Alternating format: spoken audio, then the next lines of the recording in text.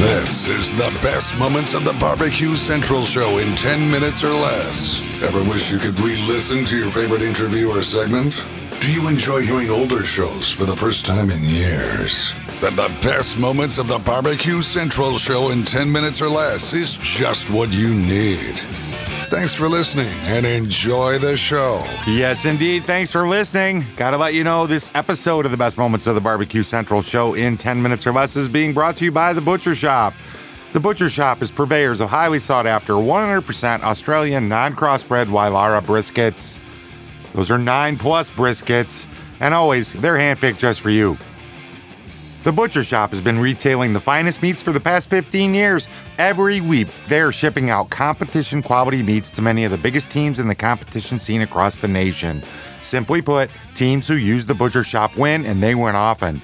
Not a competitor, but still have an eye for the finer cuts? I got some great news. The Butcher Shop is shipping some of the finest prime, dry-aged Australian Wagyu and Japanese Wagyu steaks to people just like you and me who aspire to be the kings and queens of their cul-de-sacs. The Butcher Shop always has Compart Duroc, Allegiance Duroc, and Prairie Fresh all-natural pork in stock, and again, it's always handpicked for you. Now, you might be saying, John, all this sounds great, but what about some exotic stuff? Well, rest easy knowing the Butcher Shop will get you your next elk steak or camel roast. They're going to ship it out promptly. Yes, they can ship you some camel. So let's review all of this. The best competition briskets, they got it. The best pork selection, they got it. Giving you better overall options to cook at home, they got you covered. So give the Butcher Shop a call today. 850-458-8782. That's 850-458-8782. Mention the Barbecue Central Show for 10% off your entire order each and every time. You can also interact with them on their Facebook page, facebook.com/thebutchershop. The Butcher Shop, home of the 100% Australian non-crossbred Wylarah 9+ briskets. And this is what's going on in today's episode. From January the 22nd, 2013, Greg catches up with Harry Sue. And Harry kind of rocks the barbecue world. All right, here. So let me ask you about this. One of the biggest topics I wanted to hit with you tonight was cooking chicken. And when we were together at the Kingsford Invitational last November, you mentioned that you were kind of on this new mission telling people to cook to a different internal temperature than what the FDA is currently recommending. So let's just go ahead and get it out on the table. We'll clear up any misconceptions or misinformation that's proliferating the internet right now. What's the process and what are the specs that you should be hitting? Okay. First off, I want to say that a lot of the governmental regulations are oversimplified. For example, in most textbooks and most websites, they tell you to cook chicken to 165. Right. I think you've heard that. You've seen that many times, right? Yep. What they don't really share with you is the science behind that statement.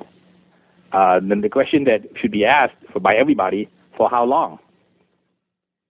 For how long? And for how long? Exactly. So the government has been somewhat coy in sharing the knowledge of how long.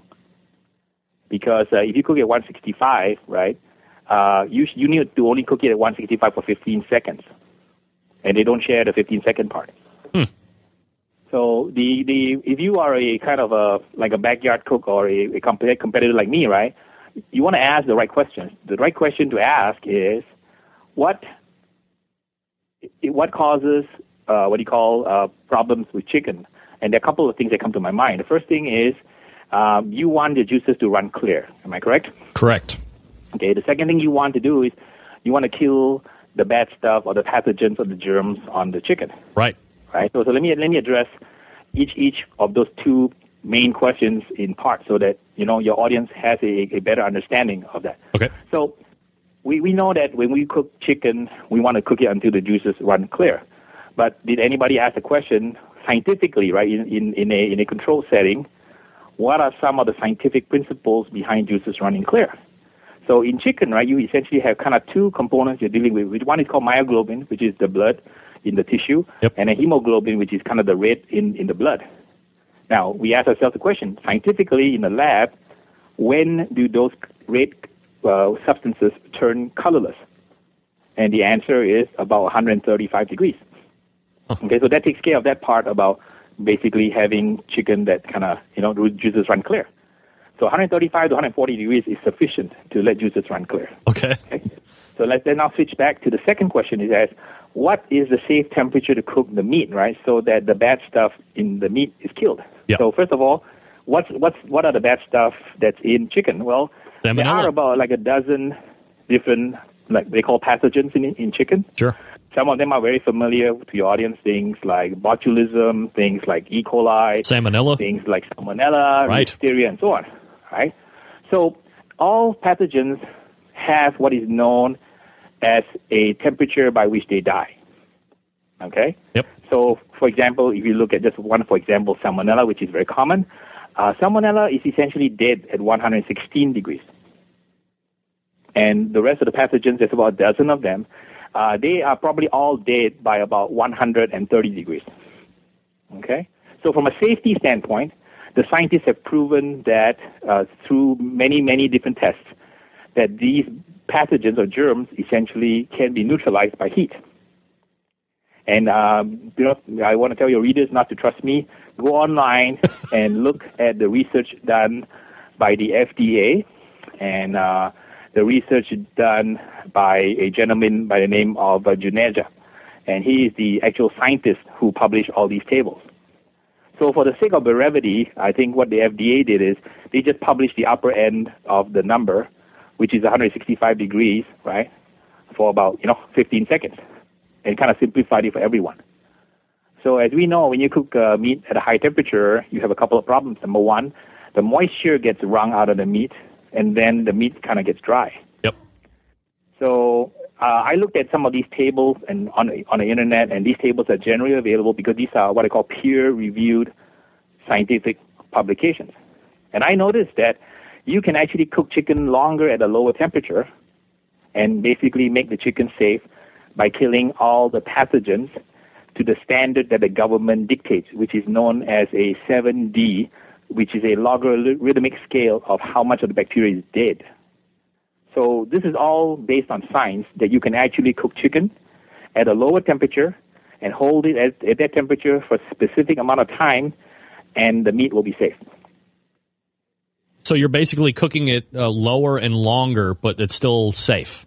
Exactly. So the temperature that I pick, which is a conservative temperature, I like to do my chicken breast at around 145 degrees, and I hold it for about 5 minutes. And you're holding it at 145 for 5 minutes? Yes, that's all that's needed. And you can tell your audience to try it, cook a piece of chicken breast in the oven, and wait till it gets to about 145 internal temperature, take it out, wrap it in foil, and let it sit at 145 for at least 5 minutes, okay. Right? And then cut it open and taste it. It's going to be a completely night and day difference than if you cook your breast to 165. Harry, this is no shock to you, of course, but the majority of backyard cooks are pretty much pooping themselves right now, finding that 140 or 145 to be extremely low for a finished temperature on chicken, given the fact of what we were kind of brainwashed to think. Because if we're looking at raw numbers, right, 165 to 140 is a pretty extreme drop. Well, I think if you stick to 145 and you hold it for at least 5 minutes, 5 to 10 minutes, you'll be fine. And I always tell people, don't listen to me. Go online and Google Juneja, Juneja. He's the microbiologist for the FDA, and it's his studies and his results that the FDA based their regulations on. They just started to omit the part about the time to simplify matters. When did you decide that you wanted to start looking into this? I mean, most people see what the FDA publishes and it's as, gospel, dead bang boom. But that wasn't the same for you. You decided to start looking into it a little bit differently. Have you ever done that? Have you ever tried it? Have you ever cooked chicken to 145? And I still have yet to do it. I understand the science behind it.